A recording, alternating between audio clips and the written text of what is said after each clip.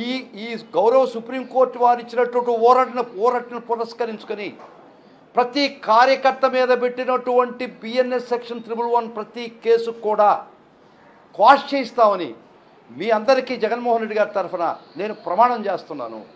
కాబట్టి కార్యకర్తలారా, జరిగిపోయింది గత వేధింపులు పడ్డారు, జైళ్లలో మగ్గారు, భార్యాబిడ్డలు చూసుకొని నెలల కాలం అయింది మీరు మీ కుటుంబంతో మీరు గడిపి.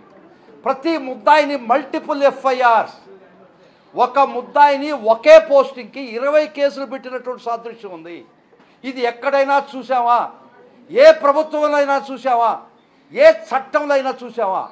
ఒక పోస్టింగ్కి ఒక ముద్దాయిని అన్ఎండింగ్ పెరీనియల్ ప్రాసెస్, ఊరు తిప్పి స్టేషన్ తిప్పి మీరు కేసు పెట్టడం దుర్మార్గం కదా. మల్టిపుల్ ఎఫ్ఐఆర్స్ పెట్టకూడదని, ఒకే అఫెన్స్కి ఒకే ఇన్సిడెంట్కి మల్టిపుల్ ఎఫ్ఐఆర్స్ పెట్టకూడదని గౌరవ సుప్రీంకోర్టు వారు అర్నాబ్ గోస్వామి, టీటీకి యాంథోనీ కేసులో చెప్పడం జరిగింది.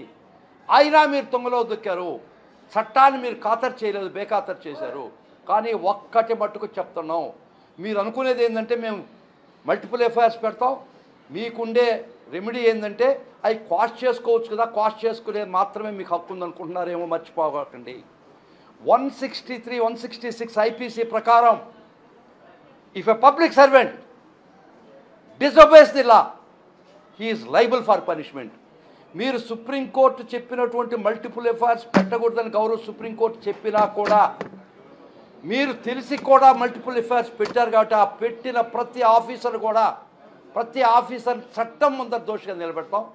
కార్యకర్తలారా, నిజంగా ఈరోజు సుదినం, ఈరోజు మొదలైన సుదినం. It is the beginning for the good days.